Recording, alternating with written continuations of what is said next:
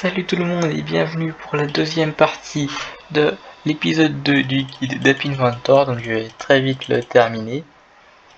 Donc le mini-jeu, voici ce qu'on avait commencé la dernière fois. Alors on avait le mouvement du zombie, on avait les dégâts pris par le zombie, les dégâts pris par le joueur et les dégâts pris par le zombie.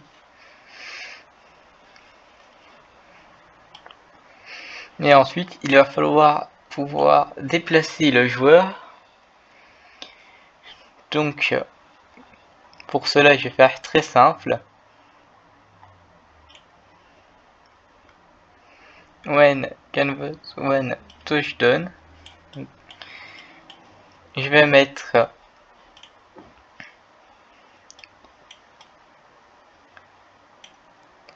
call player when move to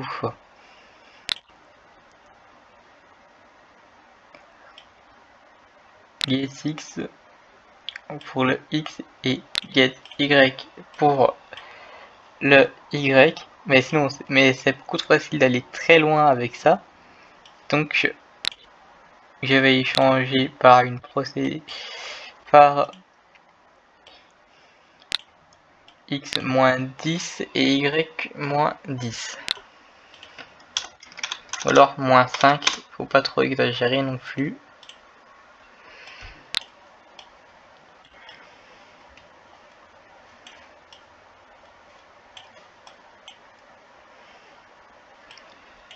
Donc le projet il sera publié dans la galerie App Inventor et je sais pas, je le mettrai peut-être en .apk sur GitHub, même s'il m'a pas l'air très intéressant pour être mis en .apk.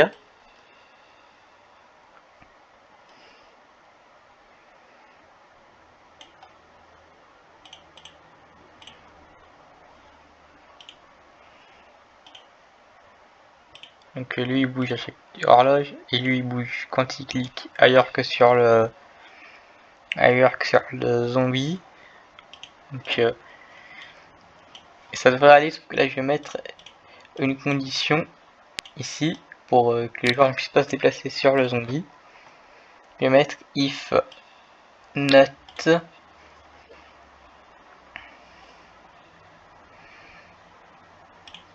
je vais aller dans logique, je vais prendre le bloc end. Je vais mettre deux blocs d'égalité, donc de comparaison pour voir si c'est égal.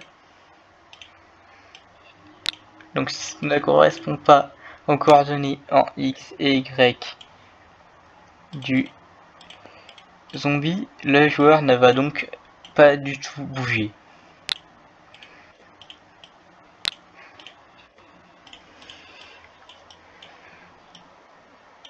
Voici donc la très longue procédure. D'ailleurs, je pense qu'il y aurait peut-être eu moyen de la réduire avec des variables et des boucles. Donc j'essaierai de faire ça. Je vais essayer de faire vous faire une procédure de mouvement du zombie mais optimisée.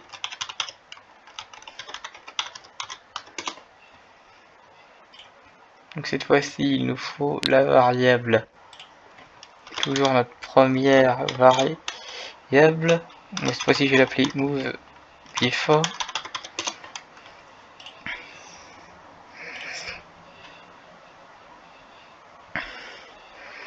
Et je vais créer l'autre variable qui s'appellera,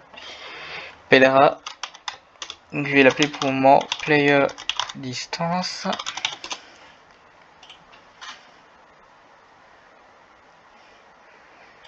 Je vais initialiser celle-ci à 10 et celle-ci à du coup je vais mettre pour le moment 0. Je vais voir comment je peux me débrouiller avec ça pour que le zombie puisse rattraper le joueur.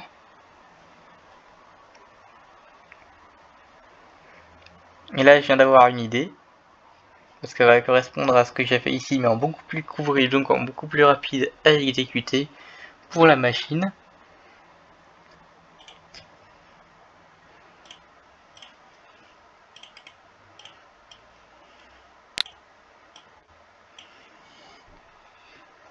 D'ailleurs, j'ai oublié de mettre quelque chose ici. Ah non, c'est bon, j'ai mis. Dès qu'on arrive au bout, on remet la distance before à 10. Donc, je remets ce bloc en haut. Vous allez voir donc zombie X et zombie Y, player 1X et player 1Y, moins, et on va plus mettre automatiquement un nombre, mais on va mettre move before. Donc on va mettre le bloc get move before, get parce que c'est pas une variable globale, les variables globales c'est get global et le nom de la variable après. Donc après cette distance before a, d'ailleurs il faut enlever player distance avant de faire ça. Donc distance before to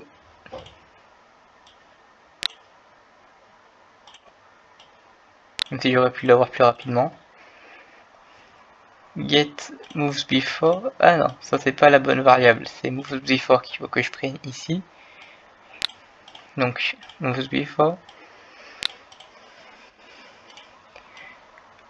moins 1 et on met un bloc de condition if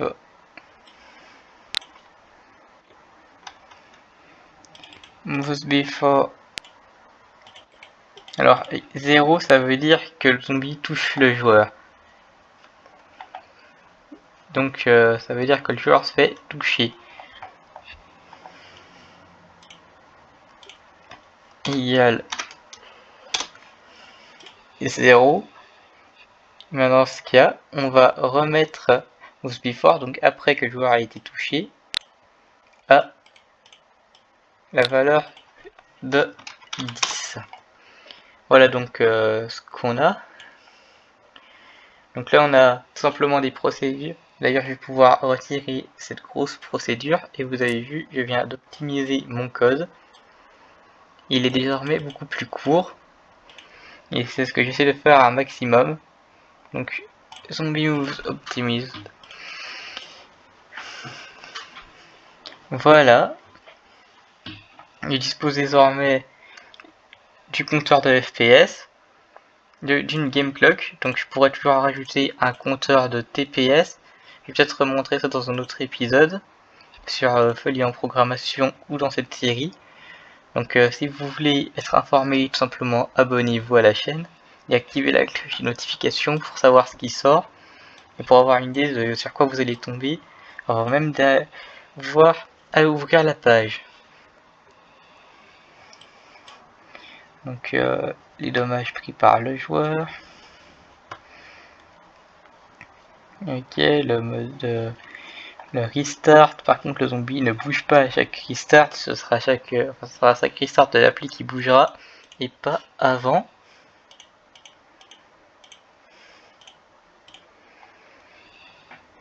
Et sur ce, on se dit sûrement déjà à plus tard, étant donné que le mini-jeu est un tout petit jeu.